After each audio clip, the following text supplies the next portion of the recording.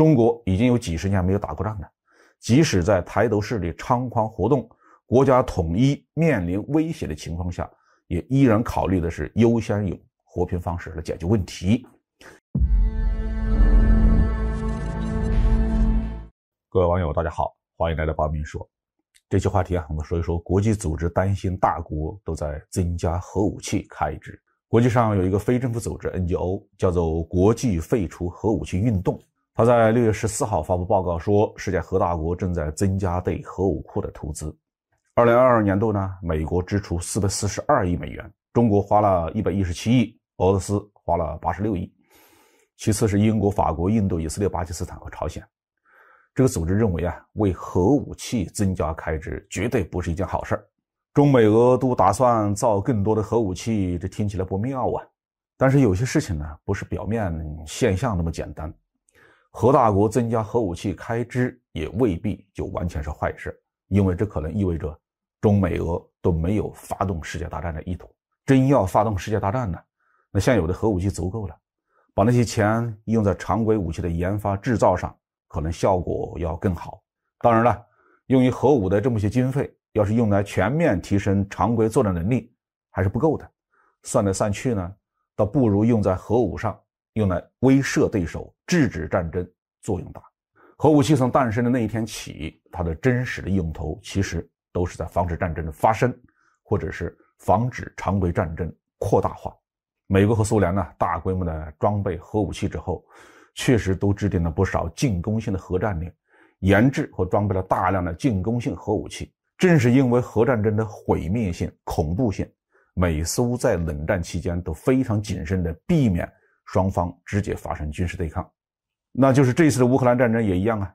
美国就决定不派一兵一卒进入乌克兰。美苏在入侵非核国家的时候，基本上都不考虑动用核武器。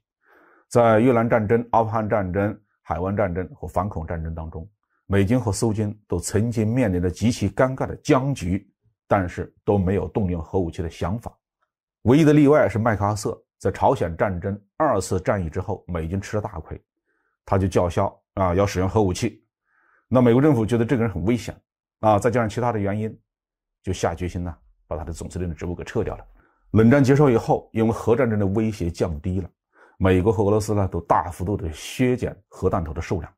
从5位数减到了4位数，核武器的战备程度也大幅度的降低。如今美国和俄罗斯、中国的关系又一次搞僵了，这当然是因为美国的倒行逆施了。但即使如此也看不出来美国有把对抗的局面升级，要把世界推到核战边缘的这种意图。但是对中俄来说呢，情况是不一样的。战略核威慑与战略核反击是决定两国生死存亡的底牌。面对用心不良而且咄咄逼人的美国，实力处于劣势的中国和俄罗斯，首先就要保证这张底牌能用、管用，然后再来谋求常规军事斗争的胜利，或者是防止战争的爆发。所以中俄被迫要加强战略核力量的建设。解放军近年来装备了一定数量的东风31甲和东风41战略核导弹，